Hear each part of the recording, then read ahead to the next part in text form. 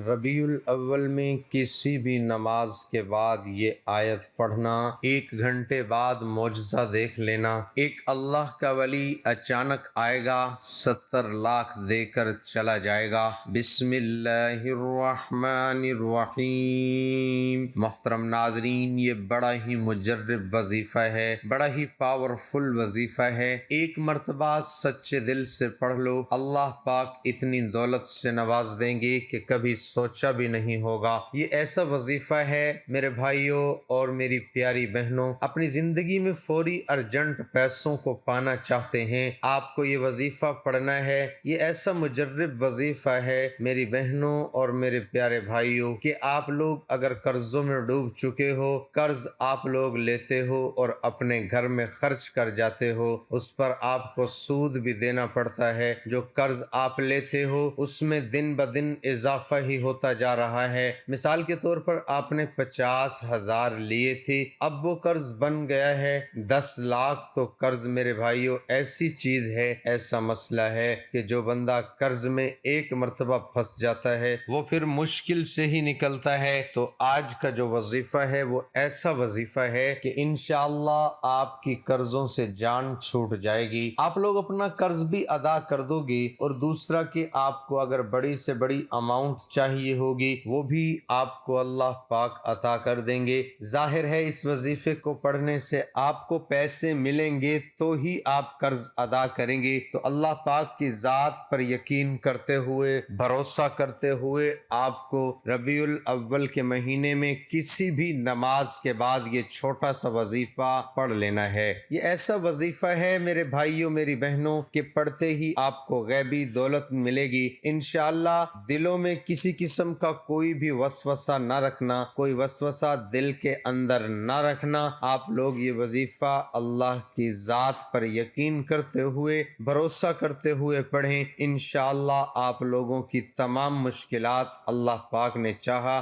تو حل ہوں گی، بشرط یہ ہے کہ دل میں آپ کے کوئی وسوسہ نہ ہو۔ پورا آپ کو اللہ پاک کی ذات پر بھروسہ کرتے ہوئے یہ وظیفہ پڑھنا ہے۔ میرے بھائی اگر مسجد میں پڑھتے ہیں تو وہاں نماز پڑھ لیں، اور پھر اگر وہیں وظیفہ پڑھنا چاہیں تو وہیں پڑھ لیں، یا گھر آ کر جاب پر اگر وہاں جاتے ہیں تو وہاں پر بھی راستے میں بھی آپ لوگ یہ وظیفہ پڑھ سکتے ہو۔ جاب ہو تو وہاں بھی یہ وظیفہ پڑھ سکتے ہو۔ تو میری بہنیں بھی اگر گھر میں نماز پڑھتی ہیں تو نماز پڑھنے کے فوراً بعد کوشش کریں یہ وظیفہ پڑھ لیں۔ سب سے پہلے سکون سے بیٹھ کر ایک مرتبہ درود پاک پڑھ لینا ہے۔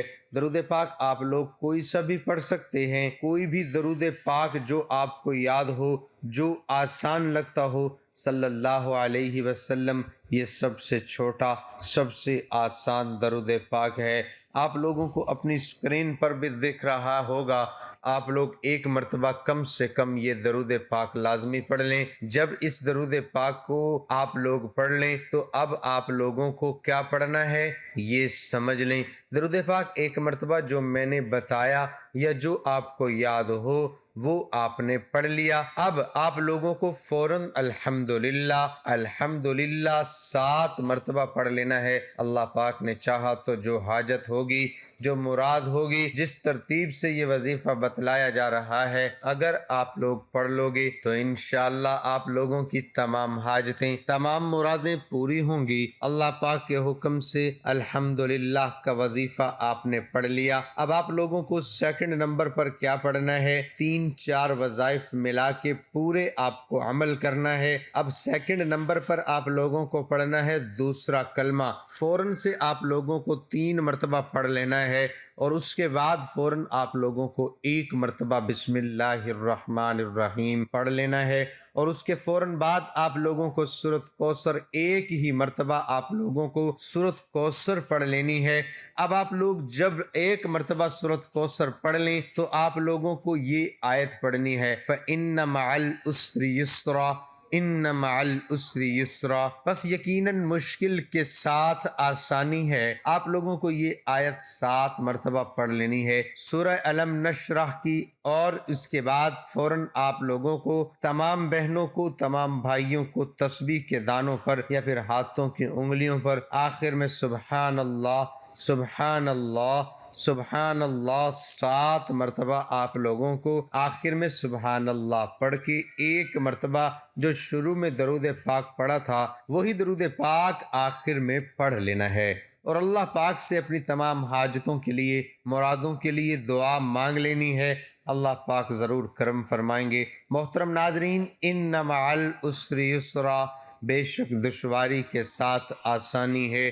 اس آیت کو دوبارہ ذکر کرنے سے معلوم ہوا کہ ایک تنگی کے بعد 2 سہولتیں اور آسانیاں ہیں۔ حضرت حسن رضی اللہ تعالی عنہ فرماتے ہیں، ایک دن نبی کریم صلی اللہ تعالی علیہ وسلم اپنے شان اقدس سے خوشی اور سرور کی حالت میں مسکراتے ہوئے باہر تشریف لائے اور ارشاد فرمایا، ایک تنگی 2 آسانیوں پر ہرگز غالب نہیں آئے گی، تو بے شک دشواری کے ساتھ آسانی ہے، بے شک دشواری کے ساتھ آسانی ہے۔ ناظرین، وظیفہ کرنے کے بعد آپ لوگوں نے سچے دل سے اللہ پاک سے دعا مانگنی ہے، بے شک وہ دعا قبول کرتا ہے۔ اے اللہ پاک، تو اپنی رحمت سے ہمارے گناہ معاف کر دے۔ اے اللہ پاک، ہمیں گمراہی کے راستے سے ہٹا کر صراط مستقیم کے راستے پر چلنے والا بنا دے۔ اے اللہ، ایسی نماز پڑھنے کی توفیق عطا کر جس نماز سے تو راضی ہو جائے۔ زندگی میں ایسے نیک اعمال کرنے کی توفیق عطا کر جن اعمالوں سے تو راضی ہو جائے۔ ہمیں ایسی زندگی گزارنے کی توفیق عطا کر جس زندگی سے تو راضی ہو جائے۔ ایمان پہ زندگی رکھ اور ایمان پہ ہی موت عطا کر۔ اے اللہ، ہمیں تیرے احکام کی فرما برداری کرنے والا بنا اور تیرے پیارے حبیب جناب محمد رسول اللہ صلی اللہ علیہ وسلم کی نیک اور پاکیزہ آداب کو اپنانے والا بنا دے۔ اے اللہ، ہماری پریشانیوں کو دور کر دے۔ اے اللہ، جو بیمار ہیں انہیں شفا کاملہ عطا فرما۔ اے اللہ، جو بے اولاد ہیں انہیں اپنے خزانوں سے نیک اور صالح اولاد عطا فرما۔ اے اللہ، جن کے جو کام رکے ہوئے ہیں وہ پورے کر دے۔ اے اللہ، بچھڑے ہوئوں کو ملا دے۔ اے اللہ، شادی شدہ جوڑوں میں محبت اور خلوص پیدا کر دے اور ان کی زندگیوں میں برکت ڈال دے۔ اے اللہ، تمام لڑکے اور لڑکیوں کے نصیب اچھے کر دے۔ اے اللہ، جو قرض کے بوجھ تلے دبے ہوئے ہیں ان کا قرض جلد سے جلد ادا کروا دے۔ اے رب العزت، شیطان سے ہماری حفاظت فرما۔ اے اللہ، حلال رزق کمانے کی توفیق عطا فرما۔